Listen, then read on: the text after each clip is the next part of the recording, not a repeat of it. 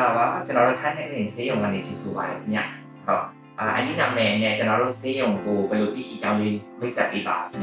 ကနာမည်ကမအေးမပါရှင်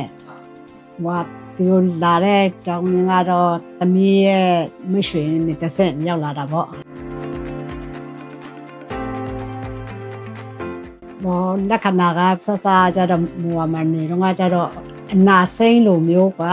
အပူကန်လိုမျိုးပဲဖြစ်တာလက္ခဏာအဲ့လိုမျိုးပဲကိုယ်လည်းမထင်မိကွာနောက်မှနည်းနည်းဆရာဝန်ဟိုမှာနည်းနည်းဆရာဝန်နဲ့ဝင်လို့ကနည်းနည်းခွဲကြည့်ခဲ့သေးတယ်ဒါပေမဲ့အချိန်မှာကြတော့အချိန်နေဟိုတိတ်မကောင်းဆိုမှချက်ချင်းပြင်လာခဲ့တာသူတို့ကတော့ပြောတော့အနာစိမ့်ပဲဆိုရိုးရိုးအနာပဲထင်တာဒီမှာရောက်မှလာစမ်းပြီးမှတီးရတာပေါ့ခွဲစိတ်ပြီးမှဒါတီးရတာပေါ့ဒီမှာခွဲပြီးနောက်ပိုင်းအဆင်ပြေတယ်အကုန်အဆင်ပြေတယ်အကုန်လုံးလည်းကောင်းတယ်ချုပ်ရိုးတွေလည်းကောင်းတယ်ကွာအကုန်အဆင်ပြေတယ်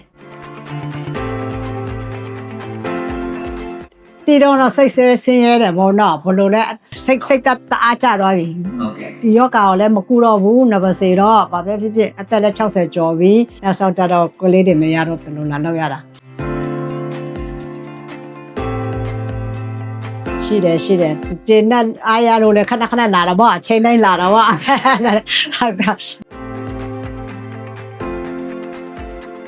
ဒီခုကြတော့ကိုဘာပဲဖြစ်ဖြစ်လှုပ်ရမယ်လို့ပြန်တော့အားပေးရမှာအကြံပေးပြီးတော့လှုပ်တာဘာပဲဖြစ်ဖြစ်တီစီဆေးကကောင်းတယ်ဟိုတက်အဆင်ပြေတယ်ဗောနော်